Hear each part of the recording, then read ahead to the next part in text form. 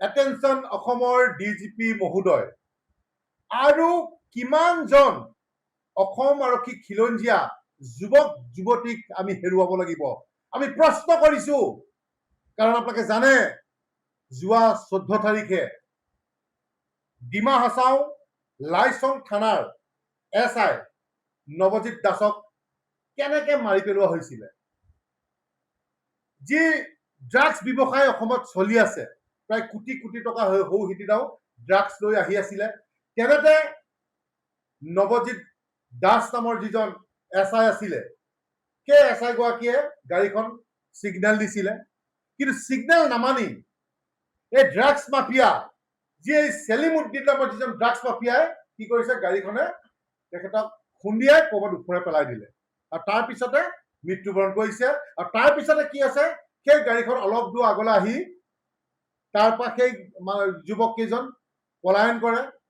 drugs সমূহ লগত লৈ গুচি যায় এখন কিয়া গাড়ী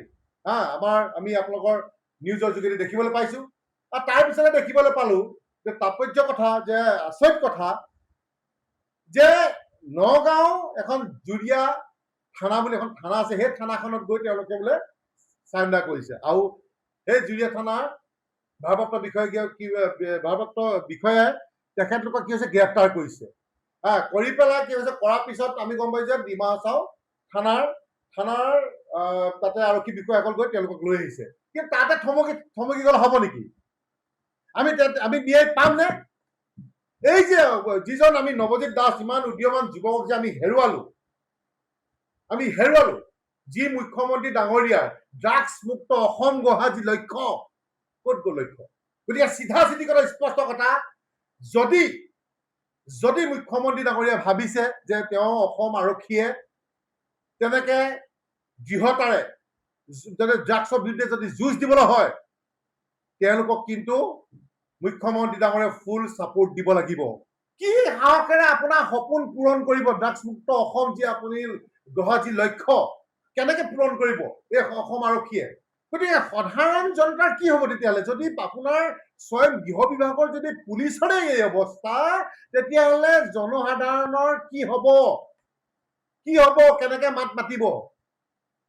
গতিকে এটাই কথা আমি মুখ্যমন্ত্ৰীক ক'ব বিচাৰিছো যে ইয়াত কোনো জাতি ধৰ্মৰ কথা নাই চিধা চিধি কথা এনকাউণ্টাৰ কৰক অসম চৰকাৰক আমি ক'ব বিচাৰিছো ডিজিপি মহোদয়ক আমি ক'ব বিচাৰিছো ইমান পলম কিয় ধৰি অনাৰ পিছতো ইমান পলম কিয় ড্ৰাগছ মাফিয়াক লৈ ইমান কিয় দৰৱ কিন্তু চিধা চিধি কথা স্পষ্ট ভাষাৰ এটা কথা ক'ব বিচাৰিছো এই ওদালগুৰি এই যুৱকজনক কিন্তু অসমীয়া যুৱ মঞ্চই এৰি নিদিয়ে এই এছআই নৱজিৎ দাসক কিন্তু যেতিয়ালৈকে ন্যায় নাপাব কিন্তু অসমীয়া যুৱ মঞ্চই এৰি নিদিয়ে আৰু ইয়াত উচ্চত তদন্ত আপুনি ঘোষণা কৰক কিজানি ইয়াত পুলিচ বিষয়া জড়িত হৈ আছে নেকি কাৰণ কেলে জুৰিয়া থানা কথাটো ইতিমধ্যে আমি নিউজত গমেই পাইছো যে তাতে গোটেই ভয়াৱহ ৰূপত নগাঁৱত ড্ৰাগছ চলি থাকে কিন্তু নগাঁৱত প্ৰশাসন নিমাত নগাঁও এছপি ডাঙৰীয়া নিমাত জুৰিয়া থানা OC নিমাত এতিয়াহে তেওঁলোকে গম পাইছে নি যে তেওঁলোকে ড্ৰাগছ কাৰবাৰ কৰে বুলি কিমান নিবনুৱা যুৱক যুৱতী শিক্ষিত যুৱক যুৱতী এই ড্ৰাগছৰ গৰাহত পৰি ধ্বংস মুখলৈ গুচি গৈছে গতিকে মুখ্যমন্ত্ৰী ডাঙৰীয়া